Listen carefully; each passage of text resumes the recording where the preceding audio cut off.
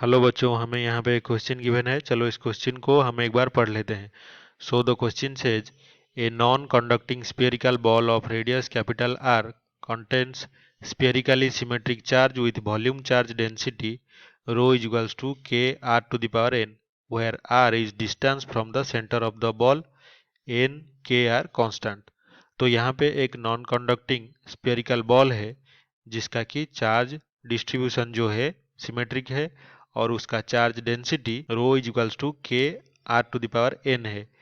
तो R centre से distance है, एन के कांस्टेंट है। तो हमें फाइंड आउट करना है एन की वैल्यू, जैसे कि इलेक्ट्रिक फील्ड बॉल के अंदर डायरेक्टली प्रोपोर्शनल टू हो square of distance from the centre, मतलब आर स्क्वायर के प्रोपोर्शनल हो। तो सबसे पहले हम एक स्फेरिकल बॉल ले लेते हैं और ये नॉन कंडक्टिंग है, इस पे चार्ज डिस्ट्रीब्यूशन यूनिफॉर्मली है सिमेट्रिकली। तो जो वॉल्यूम चार्ज डेंसिटी इसका रो है वो कितना है, k are to the power n, और आर यहाँ पे कोई भी पॉइंट का जो रेडियल डिस्टेंस है सेंटर से ओ से आर है।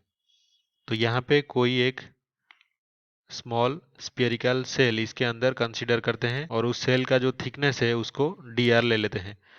तो यहाँ पे वॉल्यूम उस स्मॉल स्फेरिकल सेल का कितना होगा, volume of small spherical cell will be equals to 4 pi r square d r. तो यहाँ पे चार्ज डेंसिटी जो है दिया गया है वॉल्यूम चार्ज डेंसिटी, तो उससे हम चार्ज निकाल सकते हैं Q on small spherical cell कितना होगा, will be equals to sigma into 4 pi r square d r. और इससे जो टोटल चार्ज Q है इंटीग्रेट करके फाइंड आउट कर सकते हैं। तो Q total charge on the ball कितना होगा, integration 0 to r rho 4 pi r square d r. तो यहाँ पे रो की वैल्यू पुट कर लेते हैं, कितना है k are to the power n 4 pi r square d r. तो ये कांस्टेंट टर्म के